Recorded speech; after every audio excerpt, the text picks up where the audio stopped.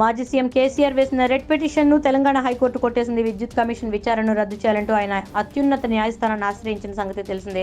ప్రభుత్వ వాదనలతో ఏకీభవించిన హైకోర్టు ధర్మాసనం కేసీఆర్ పిటిషన్ను కొట్టేస్తున్నట్లుగా ఈ రోజు ఉదయం వెల్లడించింది.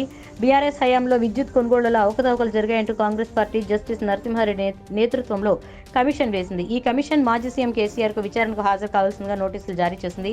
విద్యుత్ కొనుగోళ్లలో ఎక్కడా అవకతవకలు జరగలేదని కేసీఆర్ తరఫు న్యాయవాది ఆదిత్య సోంది వాదించారు. పద్ధతి ప్రకారమే విచారణ జరుగుతోందని, ట్రాన్స్కో అధికారులని సైతం విచారించిందని చెప్తూ ప్రభుత్వం తరపున ఏజీ సుదర్శన్ రెడ్డి వాదనలు వినిపించారు.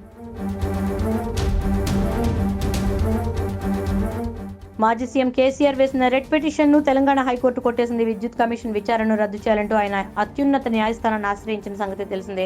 ప్రభుత్వ వాదనలతో ఏకీభవించిన హైకోర్టు ధర్మాసనం కేసీఆర్ పిటిషన్ను కొట్టేస్తున్నట్లుగా ఈ రోజు ఉదయం వెల్లడించింది.